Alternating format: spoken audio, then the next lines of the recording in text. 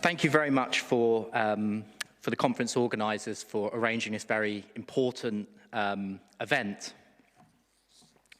My paper describes an emerging critical framework through which many non-Western states, or states from regions we traditionally describe as Global South or Global East, are seeking to shape the future and development of the responsibility to protect doctrine. Amid a perceived decline of the liberal international order, rather than rejecting the R2P as some kind of outmoded Western project, as we sometimes see in the literature reviewing the positions of critical states or critical actors, or even seeking to subvert it from within, kind of destructive engagement. Rather, we can see that important non-Western norm entrepreneurs are in the process of constructively reimagining the norm. And this contestation is giving rise to an emergent critical framework of prevention, of atrocity prevention. And in the following, this paper focuses especially on this critical culture of prevention, which identifies alternative root causes and preventive prescriptions for R2P. So, within a rapidly evolving international order, which is leading to reduced commitments to multilateralism and an erosion of the international community's ability and willingness to enforce human rights standards globally, the need to deepen R2P's legitimacy among emerging powers or states in the Global South and previously often marginalised voices in global international society is perceived as urgent. And whilst emerging powers do engage the doctrine, many of them do so critically. They elaborate a vision of R2P at odds with the international community's currently hegemonic interpretation of important aspects. An extensive body of literature has examined the status of the R2P as a norm and highlighted the position of state critics. Yet scholars have primarily approached discursive contestation around R2P through the lens of how far states either dissent from or accept dominant interpretations of the R2P, which are articulated within the international community, and which we can certainly say are problematic at best. Therefore, dissent from this hegemonic interpretation is often dismissed as cynical, i.e. states contest the meaning of R2P because they want to retain space to potentially commit atrocities if needs be, or as a form of creative dismantling by seeming to engage with R2P, but challenging certain perceived core aspects. Against these views, this paper outlines the emerging critical culture of prevention, which serves at one cornerstone of the broader globalization of the R2P project. It explores the potential of R2P to bridge the one world, many worlds divide, which is often taken to constitute a core characteristic of global IR as an emerging research agenda and form of praxis.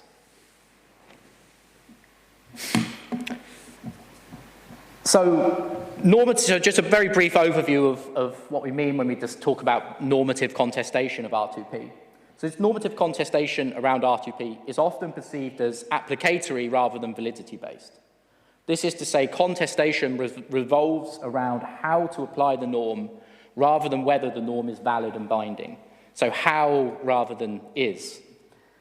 And the international responsibility to respond, which would be Pillar 3, represents a primary locus of such contestation. The use of force especially has long been identified as the most stubborn sticking point for R2P. Although we can say in the current geopolitical climate, it's effectively a non-issue in the current moment. Patrick Quinton Brown has provided an interpretive framework for this modality of contestation, identifying two responsibilities to protect, which rely upon divergent conceptions of a northern and a southern R2P. The key distinction between northern practices of liberal intervention and southern practices of coercive internationalism hinges on how the sovereign status of the target state is conceived. The northern view adopts a logic of trusteeship, wherein sovereignty of the target state is suspended and control over the internal affairs of the state is assumed by the intervening parties and the international community writ large. By contrast, the southern perspective views sovereignty as non-defeasible, even under the circumstances of extreme emergency, and instead certain sovereign prerogatives of the state in question are merely qualified. The northern perspective penetrates the domestic political, whilst the southern view restricts international involvement to the level of the international humanitarian. And of course, we can look at debates over the NATO military intervention in Libya as a good case in point around this divergence. And so whilst norm scholarship suggests that applicatory contestation actually strengthens a norm, over time, if it becomes prolonged, this form of contestation ultimately leads to norm decay. The competing cultures, in quotes, cultures of prevention outlined here, reinforce the idea of two R2Ps and suggest fundamental cleavages within the ontological basis of R2P.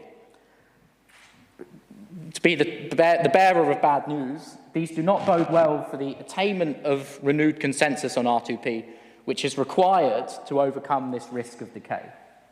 However, this cleavage also contains the potential to serve as a bridge between perceptual ontological realms within the emerging global IR agenda and the developing form of the practice of world politics, which will surely emerge from it. So, as we probably are all familiar, prevention forms the normative core of the R2P. This is well understood in the academic literature and in much policy discourse. Nobody disagrees that in theory, nobody disagrees that prevention of atrocity crimes is the most important potential role of the R2P. So this focus on prevention attracts broad international consensus. Mexico, for instance, argued that prevention is the paradigm for the 21st century.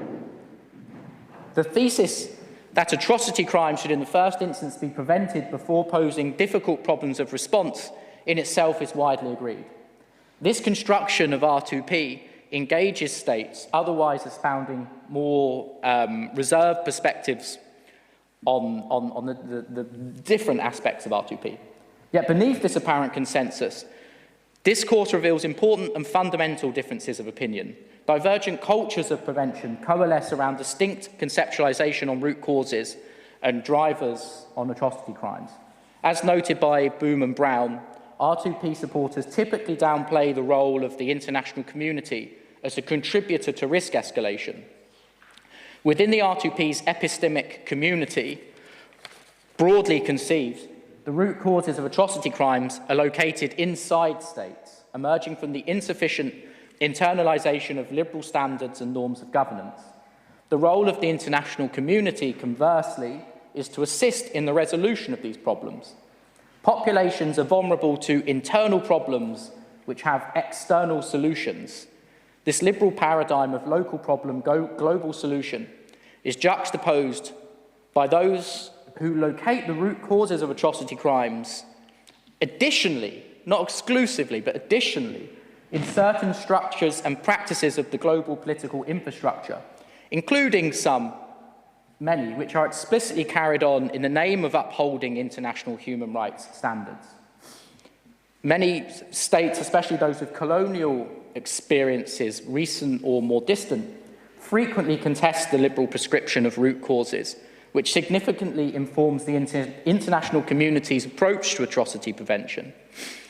Against this view, for example, you can see some states argue that prevention needs to be reinterpreted because, quote unquote, staunch supporters of the R2P have been ignoring the deep-rooted causes of crisis and atrocities. The critical culture of prevention represents more than attempts by creative resistors to undermine the normative drive of the R2P.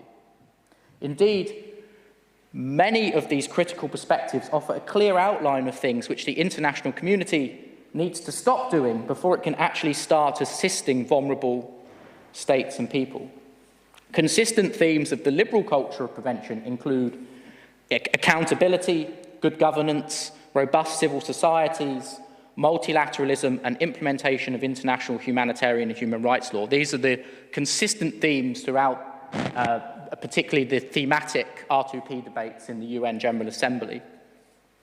And the critical framework does not entirely reject the liberal emphasis upon internal state structures and practices as being relevant to the R2P. It would be ridiculous, I think, to do so.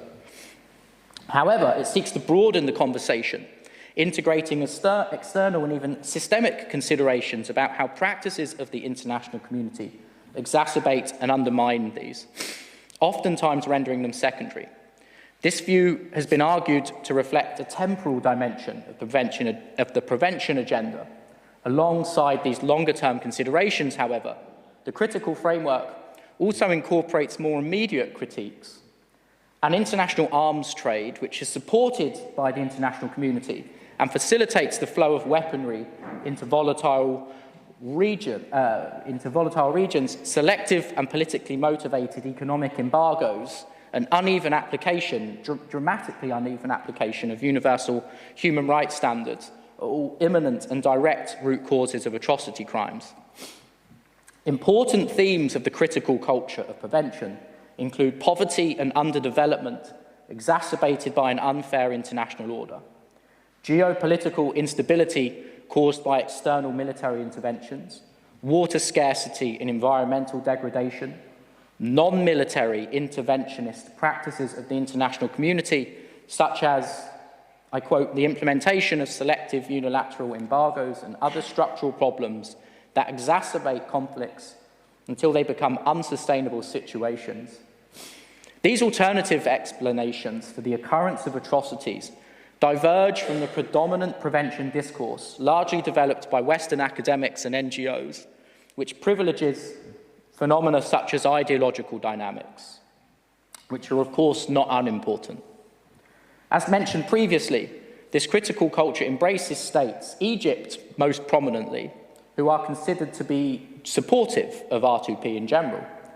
Egypt, for example, is one of a number of states who reject core components of the liberal atrocity prevention agenda, including Human Rights Upfront Initiative and the UN Framework of Analysis for Atrocity Crimes. And yet they've been heralded as a non-Western R2P champion by Cecilia Jacob, for example. For them, these documents are political and do nothing to address the true root causes of atrocities.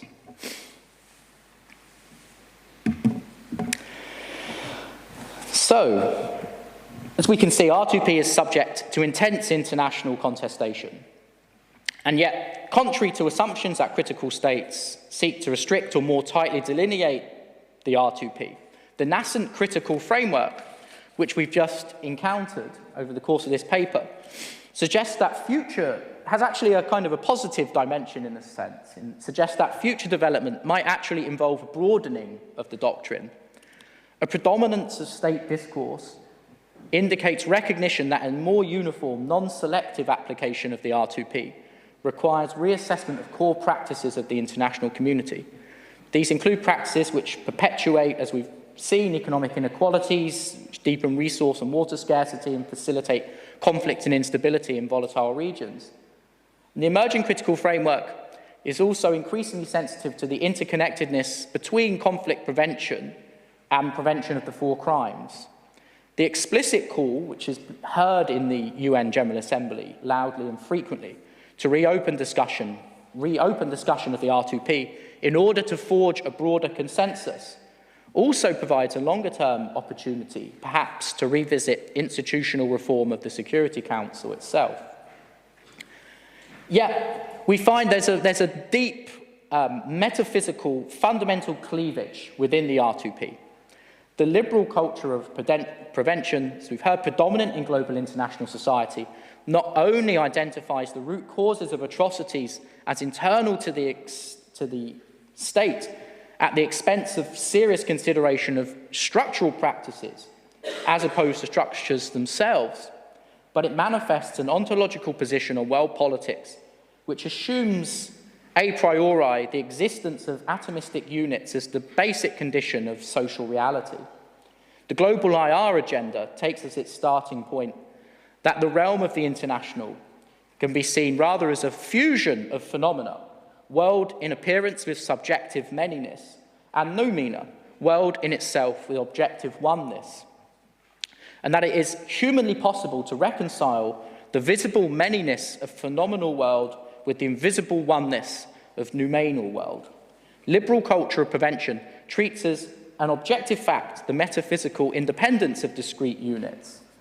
Yet, the R2P itself provides an avenue to see a bridge between these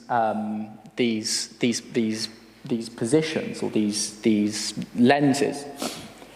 The critical culture of prevention introduces this noumenal perspective through its implicit oneness, which does not necessarily otherize the international community or the practices of the powerful, yet which underscores the cohesive and unavoidably global dimension of the atrocity prevention. And by acknowledging the noumenal possibility of an objective oneness, R2P faces severe questions. What responsibilities for which particular agents does the amelioration of these conditions entail? The radical potential of R2P to bridge these dimensions with the realm of a thick global is profound. This introduces more questions than answers at this stage, and it radically questions the utility or the continuing utility of the three-pillar structure. But yes, that's the radical potential of R2P to bridge these dimensions is profound. But suffice to say, it appears unlikely that the ideological, ontological grounding of R2P, as articulated in the preceding decades, is sufficient or robust enough to withstand profound reimagining in an increasingly global IR. So my challenge is how do we move forward in a post-liberal international order which challenges the basic ontological assumptions that have essentially structured the R2P over the previous 3 decades. And I hope I'm within time. Thank you.